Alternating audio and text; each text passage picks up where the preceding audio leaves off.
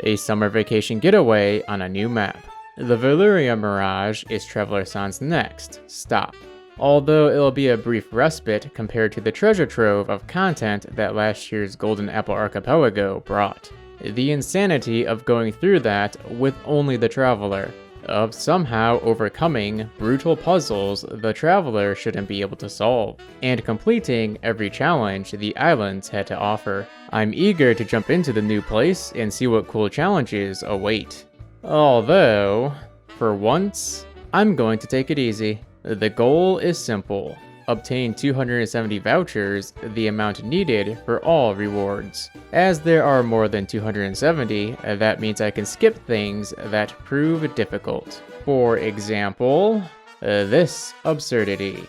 You want me to hit dendro rings while on a timer? No thanks. Treasure chests give only a single voucher, and one measly voucher won't stop me from obtaining 270. Adios, insane puzzle. I don't need to complete you. That's right, I'm walking away from a challenge. As I said, taking things easy. I don't need to complete it. No need to push myself.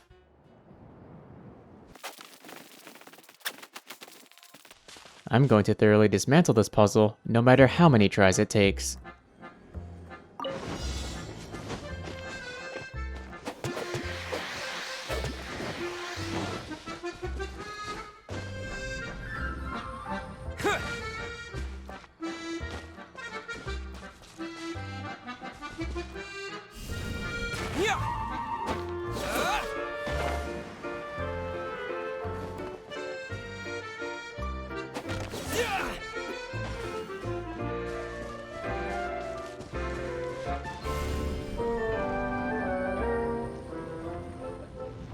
Terra Smash!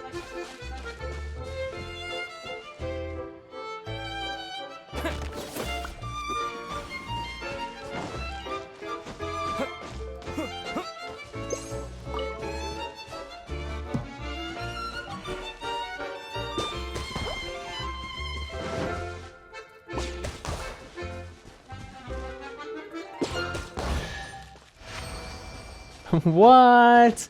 First try? No way. No, really, no way.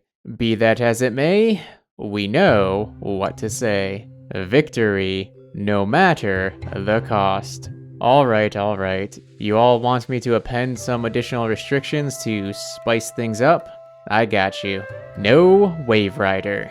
That ought to make things difficult. Though really, who needs it? The timer on these challenges is so generous that there's plenty left over even when not using the Wave Rider.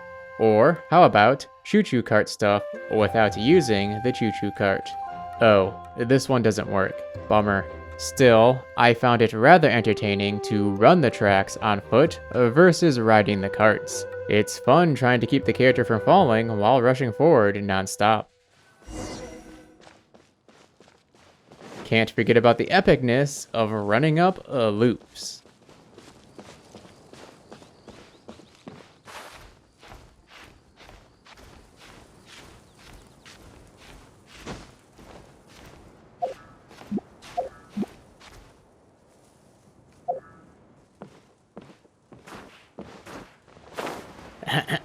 Anyways, yes, running along the tracks like walking a tightrope. Something our little Hydroidolan friend here is terrified of.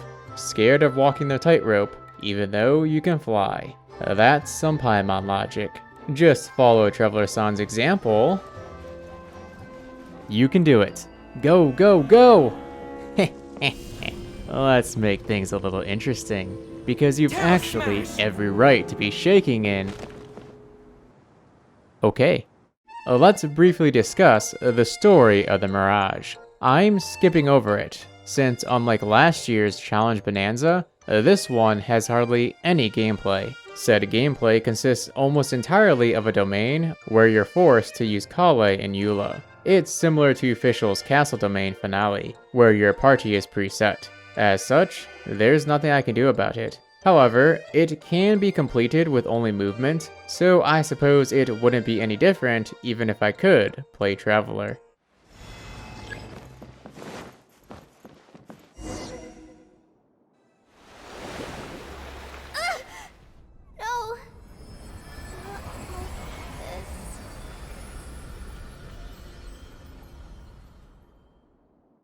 How intriguing.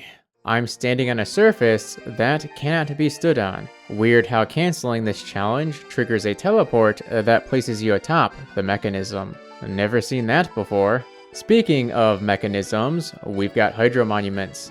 Quite a few of them, in fact. Some are simple. They're not only placed in or near water, but also don't run on timers. Others are not so kind. For example, the ones above, Silver Bottle Courtyard. Putting it bluntly, this is impossible for the traveler. Wow, how long has it been since I last said that? Wait, have I ever said that? Never thought this of all places would be where I run into a wall. There's no way to get Hydro up here to swirl via Anemo. Like with Golden Apple Archipelago of version 2.8, portable waypoints cannot be used. Teleportation of elements is thusly limited to preset waypoints, and the nearest one is too far away. But there are monuments to the southeast that can be solved with a few tricks. Teleporting with Hydro allows the first to be activated.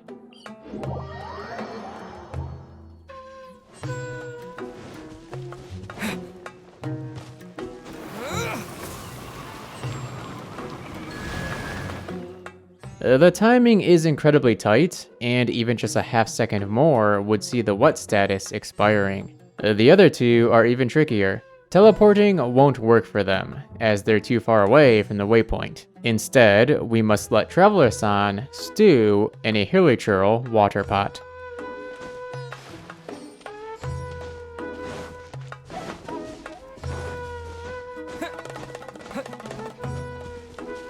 With the wind!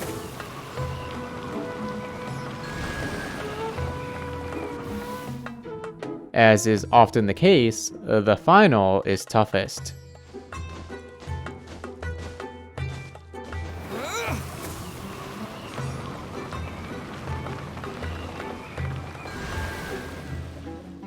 Whew, the Veluriyam Mirage is hiding some challenges. While we're still talking about elemental monuments, we should discuss those deep within the southern caverns of the Mirage, those part of the Capturing Light and Shadow quest. First is a set of hydro monuments. We need to activate 2, however the teleport waypoint isn't anywhere near this room, so teleporting hydro is out. There's a water source down the hall, but it's too far away for running to work. However, there is a closer water source that can be used. In fact, it's just below our feet. The water pool from the next room. Time for some good old out-of-bounds magic.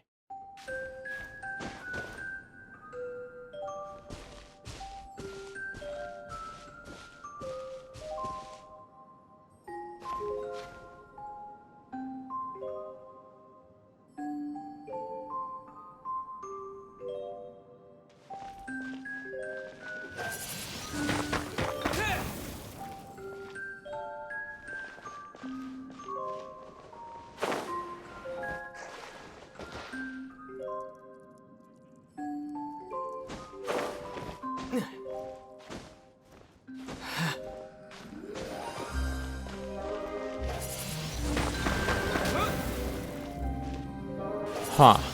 I can't reach the second. Travelersan is just a smidge too low. He had that tiny elevated edge to stand on for the previous that gave him exactly the height needed. What a shame that Palm Vortex has a short vertical hitbox.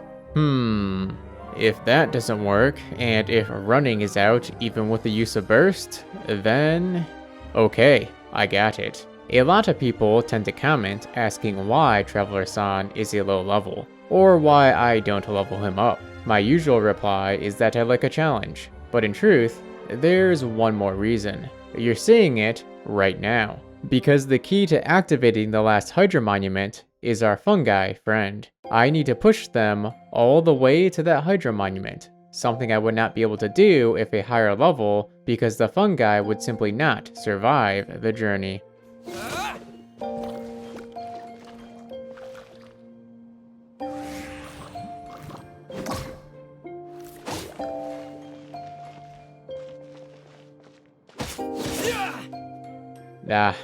I figured this might be a problem. The fungi's attack behavior is broken because they're outside of their aggro zone. The little fella can't do anything but a normal attack. Was banking on them hitting me with that water bubble. Thankfully, I picked up a new trick while attempting to solve this puzzle. We'll be carrying elements, but our method of transport won't be travelersan.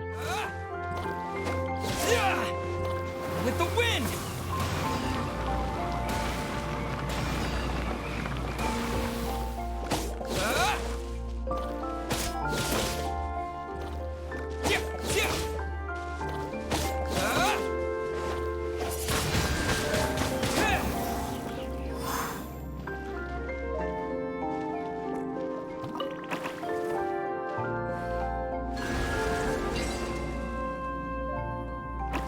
That's one set of monuments down, one more to go. Okay, not happening. For one, these monuments are on a timer, the shortest timer of any monuments in the entire game. Second, the nearest movable cryo source is a giant cryo slime here on the map. Meanwhile, these monuments are way down this way. What a drag. We have hydro in the form of water near the monuments, and pyro from the blazing axe metaturl. Were one of these hilichurls a cryo type, this would be possible by self-swirling cryo into a hilichurl affected by hydro and another affected by pyro. Well, assuming we don't need the help of the Hydro Eidolon. If the quest is programmed so the Hydro Eidolon must be the one to activate the Hydro Monument, then this is impossible regardless, as it requires clearing the hilichurls so that it isn't frightened anymore. I cleared the enemies anyways because there was one more thing I wanted to try, and that was seeing if I could skip into the next room and hop into the choo-choo cart, courtesy of this very convenient hole next to the barrier. But no can do. The Hydro Eidolon hasn't powered it up, and the quest step did not update upon breaking into the room. Oh well, I suppose once in the bluest of moons, travelersan is ought to run into something impossible. It's nothing that'll stop him from completing the event, however.